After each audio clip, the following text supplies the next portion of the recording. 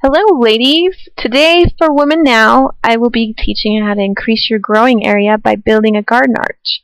It's simple, inexpensive, and it makes room for more food, and more food means more empowerment.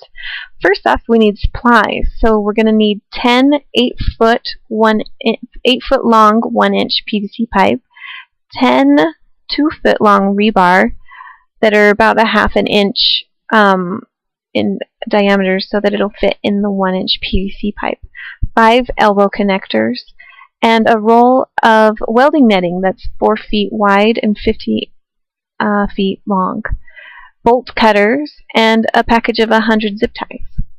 Next, we need to clear the ground area, and if you notice on my ground, it's compost with wood chips on top of it, and this is the Back to Eden method, and you can learn more about that at backtoedenfilm.com, and it's a very satisfying process for our family, and it helped us increase our food supply also, so you can research it there.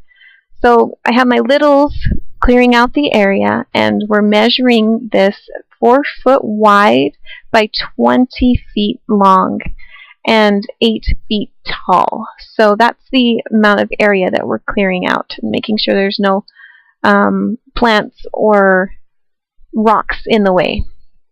And next we have my daughter. She's going to hammer the rebar.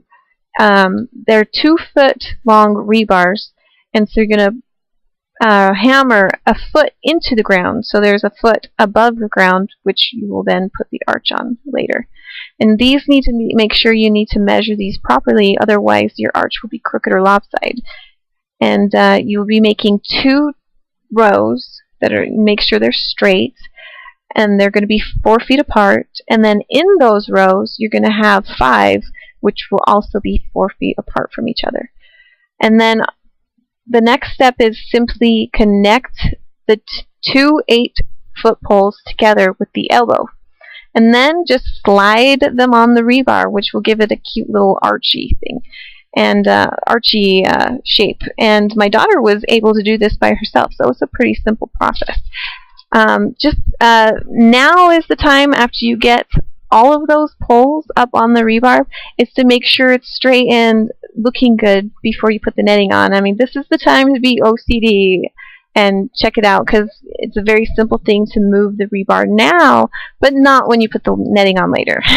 So once you are satisfied with the measurements and the placement of your arch, let's start unrolling your metal netting. And I found it best not to fight the already bend in the roll of the netting. So go on the opposite end of the arch and work your way up and over the arch, working out backwards. That way you're not fighting the bend, and we have discovered that it's much simpler to do it that way.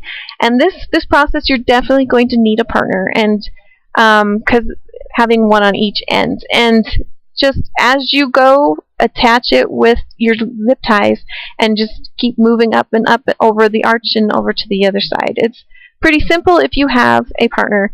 And then when you get to the other side, just use the bolt cutters to cut the netting off, and repeat until you are finished with all the arches. It's a very simple weekend project.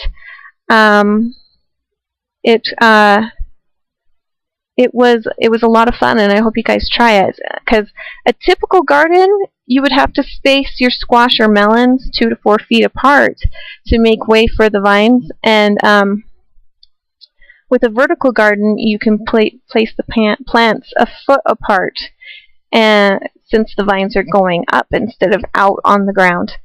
So this 4 by 20 arch will hold 40 plants approximately, if I plant them on both sides of the arch.